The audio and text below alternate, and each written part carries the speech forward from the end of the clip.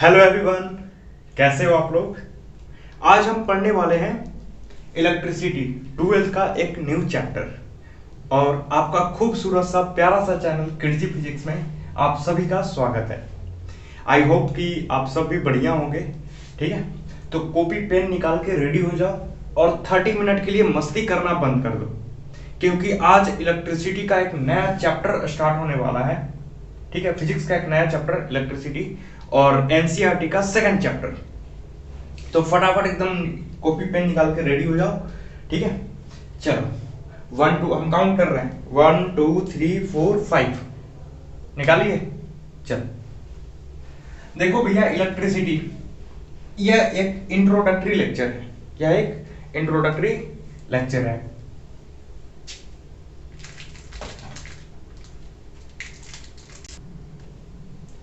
यह एक introductory lecture है। देखो, it is the branch of physics in which we study about charge is in motion.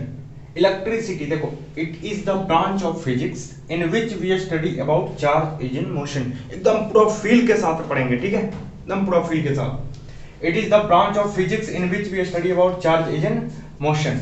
देखो, इलेक्ट्री मतलब होता है चार्ज और सिटी मतलब मोशन। इलेक्ट्री मतलब चार्ज और सिटी मतलब मोशन।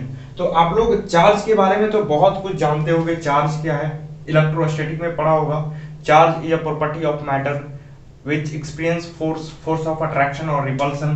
ठीक है, अब बात करते हैं चार्ज की। देख लेते हैं, अगर चार्ज रेस्ट में हो, किस में हो, रेस्ट में हो, तो भैया इलेक्ट्रोस्टैटिक है। इलेक्ट्रोस्टैटिक है। अगर यही चार्ज मोशन में हो, किसमें हो, मोशन में हो, तो यह एक इलेक्ट्रिसिटी है। इलेक्ट्रिसिटी है। देखो, जिस फिजिक्स के ब्रांच में हम चार्ज के रेस्ट के बारे में पढ़ेंगे वो इलेक्ट्रोस्टैटिक है, और फिजिक्स के जिस ब्रांच में हम चार्ज के मोशन के बारे में पढ़ेंगे वो इलेक्ट्रिसिटी है। ये मोशन दो टाइप के हो सकते हैं। कौन कौन? तो पहला मोशन कांस्टेंट मोशन हो सकता है।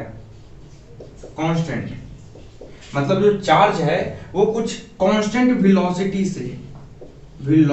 से अब देखो, चार्ज मोशन में है तो वेलोसिटी होगा ही। चार्ज मोशन में है तो वेलोसिटी होगा ही। तो वेलोसिटी दो टाइप के हो सकते हैं। या फिर हो सकता है चार्ज एकदम फिक्स वेलोसिटी से चल रहा हो, तो उसको बोलते हैं कांस्टेंट वेलोसिटी। या फिर हो सकता है ये वेरिएबल वेलोसिटी से चले। देखो भैया, चार्ज अगर मोशन में होगा तो इलेक्ट्रिसिटी होगा। तो मोशन दो टाइप के हो सकते हैं। या हो सकता है चार्ज जो है ये Q, ये कुछ कांस्टेंट वेलोसिटी से चले। मतलब एकदम हर जगह उसकी वेलोसिटी सेम हो, ऐसे भी चल सकता है चार्ज। या हो सकता है कि कुछ समय तक उसकी वेलोसिटी ज्यादा हो, कुछ कम हो, मतलब वेरिएबल वेलोसिटी से चले। ठीक है, तो अगर चार्ज कांस्टेंट वेलोसिटी से चलेगा, ठीक है, देख लो, अगर चार्ज कांस्टेंट वेलोसिटी से चलेगा तो तब क्या होगा भाई, इलेक्ट्रिसिटी तो है ही, इलेक्ट्रिक फील्ड प्रोड्यूस करेगा। इलेक्ट्रिक फील्ड प्रोड्यूस करेगा। ठीक है, इलेक्ट्रिक फील्ड प्रोड्यूस करेगा। अगर वेरिएबल से चले तो इलेक्ट्रिक फील्ड के साथ मैग्नेटिक फील्ड भी बनाएगा। मैग्नेटिक फील्ड जिसको बोलते हैं इलेक्ट्रोमैग्नेटिज्म। जिसको क्या बोलते हैं हम लोग,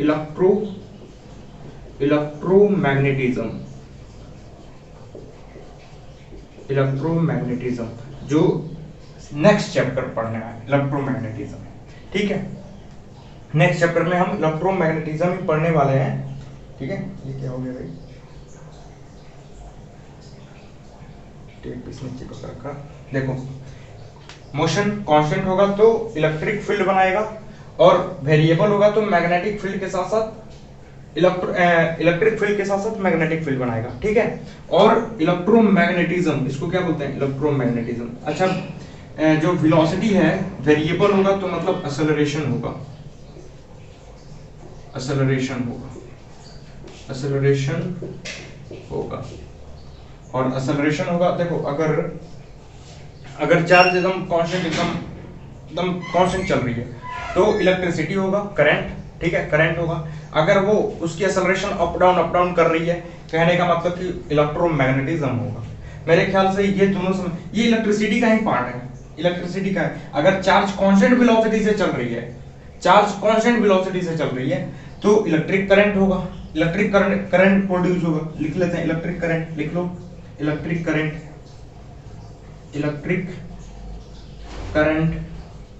ठीक है, इलेक्ट्रिक करंट प्रोड्यूस होगा। अगर वेरिएबल से चले तो इलेक्ट्रोमैग्नेटिज्म होगा। बेसिकली हमको ये पढ़ना है, हमको कौन सा पढ़ना है, ये पढ़ना है। इसको हम नेक्स्ट चैप्टर में पढ़ेंगे, ठीक है। जल्दी जल्दी फटाफट लिख लो, रब करने वाले हैं और पढ़ते हैं इलेक्ट्रिक करंट क्या होता है। वीडियो को पुश करो, वहां से फिर लिख लो, कोई दिक्कत नहीं। क्लास में नहीं बैठे हो, ठीक है।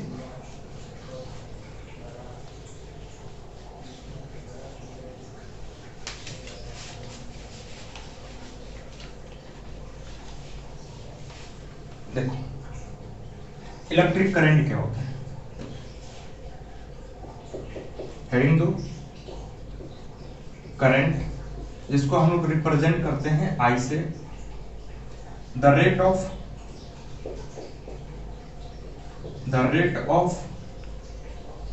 Flow of charge in any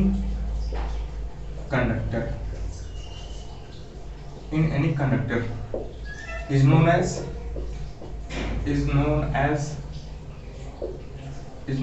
electric current.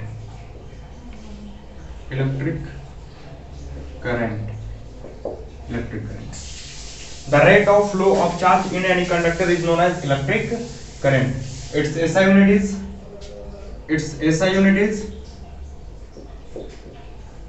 unit is ampere, इसको हम लोग कैपिटल ए से रिप्रेजेंट करते हैं। और यह एक स्केलर क्वांटिटी है, it is a scalar quantity.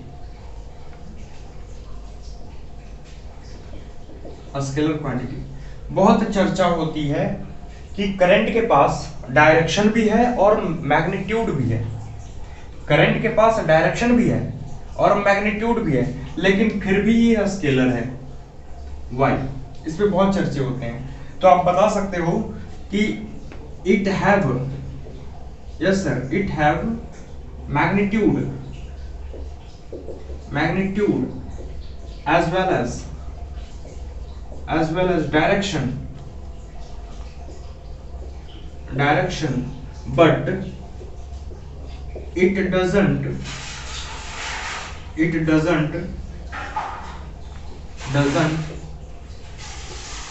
follow vector addition law, vector law of addition,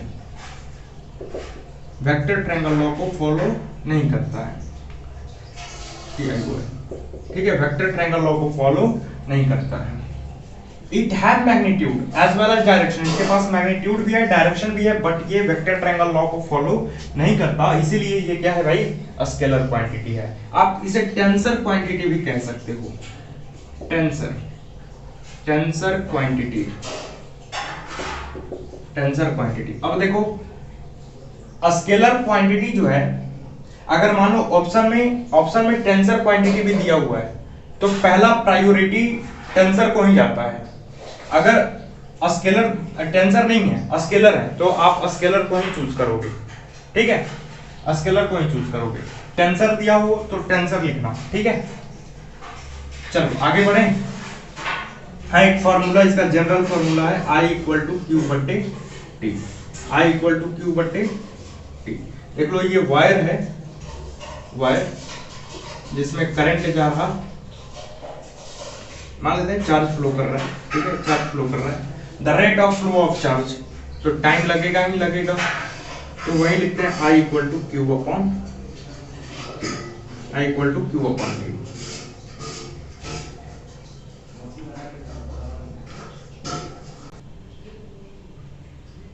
देखिए I equal to q upon t, ये तो 10th क्लास में आप लोगों ने पढ़ा होगा, I equal to q upon t. चलो इसका बेसिक अब पढ़ते हैं, ठीक है। चल ये सब आप लोग पढ़े होंगे, I equal to q upon t.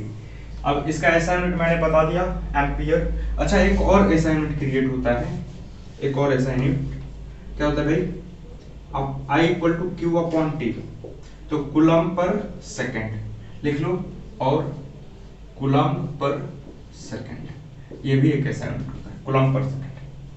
चलो फटाफट लिख लो।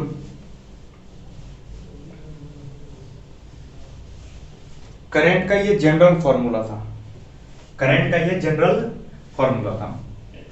अब देखो मान लेते हैं ये मेरा एक वायर है जिसमें बहुत सारे चार्ज फ्लो कर रहे हैं, ठीक है, चार्ज क्या कर रहे हैं, बहुत सारे चार्ज फ्लो कर रहे हैं।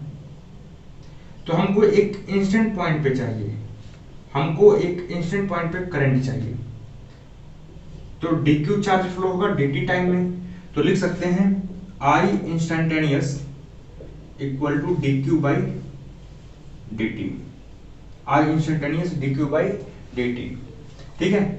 अब मैं ओवरऑल ऑल चार्ज की मैं बात करूं, I एवरेज की तो होगा delta q by delta t।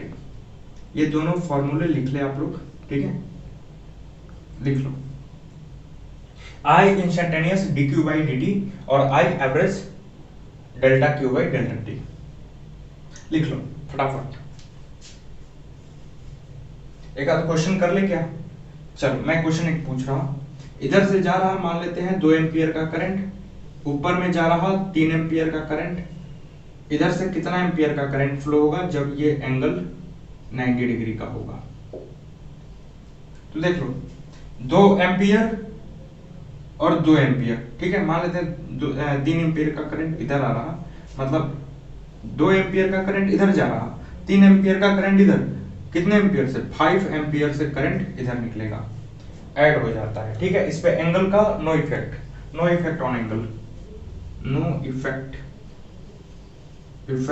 क्योंकि ये भाई स्केलर क्वांटिटी है, नो इफेक्ट ऑन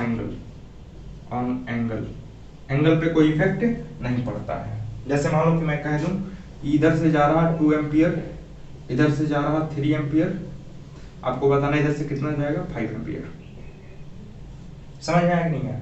मान लो मैं कह रहा हूं क्या कि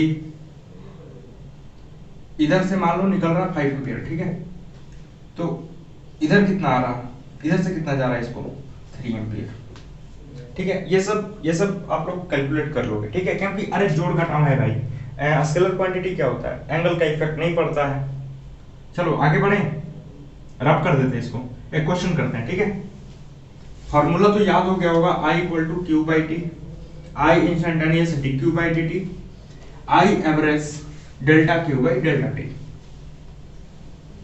मेरे ख्याल से एकदम समझ में आ गया होगा इलेक्ट्रिक करंट क्या होता है, ठीक है। अब देखो एक क्वेश्चन कर लेते हैं, बढ़िया क्वेश्चन है, देख लीजिए क्वेश्चन क्या है भाई। Q equal to t square plus 4t, Q equal to t square plus 4t plus 5, जो टाइम इंटरवल है, फ्रॉम कहां से कहां है भाई, फाइंड कह रहा है, find I instantaneous t0 to t3 शायद, हाँ 3 सेकेंड आपको ये फाइंड करना है, और इसका एवरेज फाइंड करना है, इसी का एवरेज I एवरेज फाइंड करना है, t0 to t equal to 2 second, 2 second के लिए। तो पहले हम फाइंड करते हैं I इंस्टेंटेनियस। देखोगे dq by D Q by D T, यही होता है ना I equal to D Q by D T.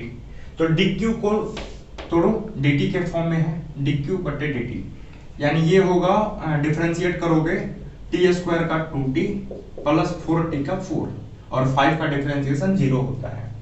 बस कुछ नहीं करना है, t के जगह पे 0 रखना ही नहीं है, 3 सेकेंड 3 रख दो प्लस 4, कितना हो जाएगा 3 2 6 6 4 10 एम्पियर, इसका होगा 10 एम्पियर करंट।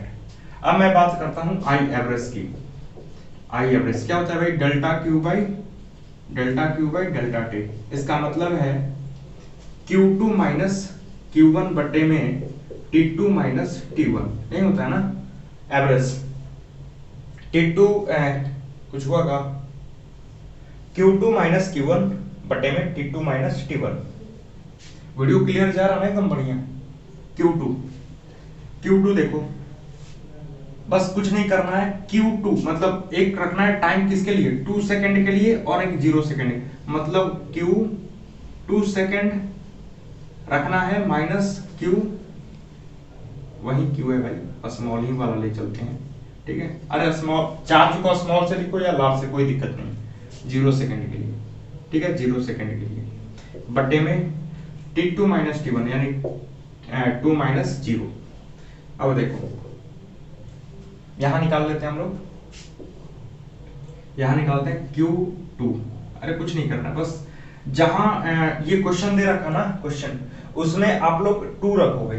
जैसे कि मान लो कि 2 है ना, t स्क्वायर मतलब t के जगह पे 2 का स्क्वायर 4, t के जगह पे 2 प्लस 5 माइनस Q। देखो यहाँ पे 0 का स्क्वायर 0 प्लस 4 इंटू 0 प्लस 5 बटे में 2। मैंने क्या किया कि एक बार 2 रखा माइनस एक बार 0 रखा। अब यहाँ पे हो जाएगा 2 2 जा 4, ये हो जाएगा 2 2 जा 4 प्लस 4 2 जा 8 प्लस 5 माइनस 0 0 5 बटे में 2। अब ये काउंट करोगे कितना होगा, 8 4 12 12 5 17 17 माइनस 5 17 माइनस 5 बटे में 2 12 और 2 बटे में 2, यानी हो जाएगा 6 एम्पियर। 6 एम्पियर देखो फाइंड आउट हो गया, कुछ नहीं करना था, आई इंस्टेंटेनियस बस dq बाई dt, इसका डिफरेंशिएट कर देते हैं, t स्क्वायर का 2t 4t का 4 5 का 0, बस t के जगह पे 3 रख दो 10 एम्पियर। अब I average dq by dt Q2 minus Q1 by T2 minus T1, यहां से ऐसे हाँ यहाँ पे 2 सेकंड के लिए minus 0 second, last minus initial, final minus initial. Final देखो T2 minus T1 time 2 minus 0, ये थीटा नहीं है, ये 0 है, ठीक है। चलो जल्दी फटाफट कवर कर लो इसको, दोनों क्वेश्चन सॉल्व हो गए, ये भी और ये भी। अब एक नया क्वेश्चन करने वाले हैं, लिखा हुआ है क्वेश्चन क्या,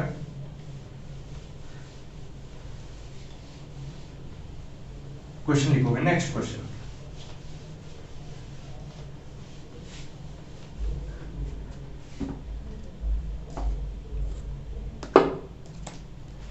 I equal to t square plus 1 find